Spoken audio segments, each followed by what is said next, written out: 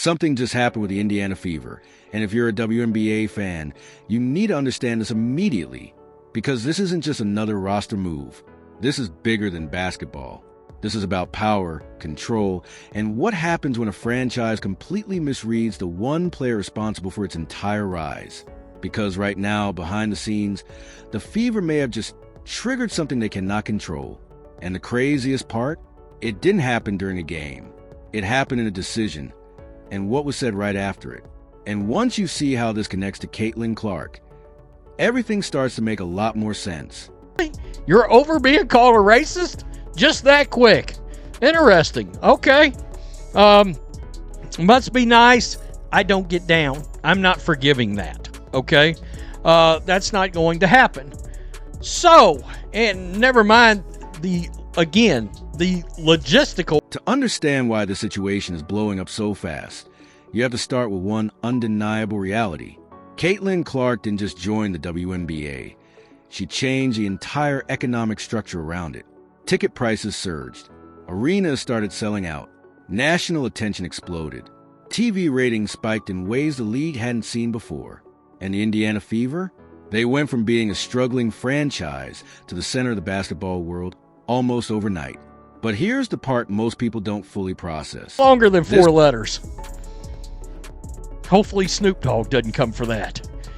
Wow. So they went on social media asking for you to buy tickets as a consumer of their product. Ooh. Now fast forward to the moment that changed everything. The Fever make their pick.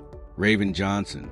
On paper, talented, competitive, high upside. But this wasn't just a basketball decision, because this came with something else. History, recent public tension tied directly to Caitlin Clark and the exact fan base fueling the Fever's explosion. And the second that name was called, the reaction was immediate. Not confusion, not curiosity.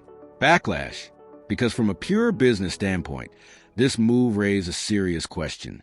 Why would you bring in a player who has already clashed with the audience that just made your franchise relevant again? That's not just risky. That's strategic. Kelsey Mitchell back here. Wow. What? Guys, there are signs. There are signs now. I'm not sure Caitlin Clark's going to be on this team. And this is where things start to feel different. Because this wasn't normal sports criticism. This wasn't let's wait and see. This was instant resistance. Social media lit up. Fan sentiment shifted almost overnight. And here's why that matters. In most sports situations, backlash fades. But this kind of reaction doesn't fade, it compounds. Because the audience driving this attention isn't passive. It's emotionally invested in one central figure. And when that connection feels threatened, the reaction becomes tards. Right there. Is this a sign? Are they pushing her out of the franchise? God, if you own this team, you better wake up. Clark should leave now. You've got the dumbest front office. But even then, things hadn't fully exploded yet. That moment came seconds later, when Stephanie White stepped up to speak. Now, this should have been the moment to stabilize everything, clarify the vision, reassure the fans, reset the narrative. But instead, the messaging didn't land the way it needed to. And suddenly, this wasn't just about a draft pick anymore. It felt like something bigger. Like the Fever weren't just making a move, they were signaling a shift. And that's when fans started connecting the dots. A lot of people believe that she may be headed to playing small forward. Man, wow. No thanks. I'd like to see Caitlin Clark be Caitlin Clark. Not happening on this team with this coach and with this front office. Great, another year of Stephanie White sabotaging the face of the league. Here's the part most people are missing. This might be the first real test of the Caitlin Clark effect. Because it's one thing to benefit from a superstar's popularity. It's another thing entirely to manage it. And right now, the Fever are walking a very thin line between building around that momentum and disrupting it. Because when your growth is tied this closely to one player, alignment isn't optional. It's everything. And the second that alignment feels off, fans don't hesitate.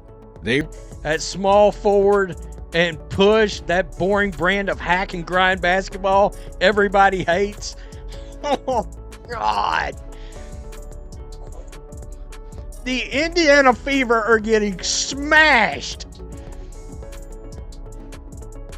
That's crazy. I mean, woo-wee. I cannot believe. And make no mistake, the entire WNBA is watching this, because this isn't just about the Fever anymore. This is about a new era of the league, an era where individual stars don't just influence games, they influence entire business ecosystems. And teams are still figuring out how to navigate that, because the old model, team-first loyalty. The new model, player-first engagement. And if organizations don't adjust quickly enough, they risk losing the very audience they just gained. And make no mistake, the entire WNBA is watching this, because this isn't just about the Fever anymore. This is about a new era of the league, an era where individual stars don't just influence games, they influence entire business ecosystems. And teams are still figuring out how to navigate that, because so now the pressure is real, not just to win, but to prove they understand the moment they're in. Because this isn't just about developing talent anymore. It's about, so now everything comes down to what happens next, how the team responds, how the players perform, and most importantly, how the fans react moving forward. Because if this disconnect continues, this won't just be a storyline, it could become a turning point, not just for the Indiana Fever, but for how every WNBA team handles a superstar-driven audience from this point on. And the next move they make, that's the one that could change everything.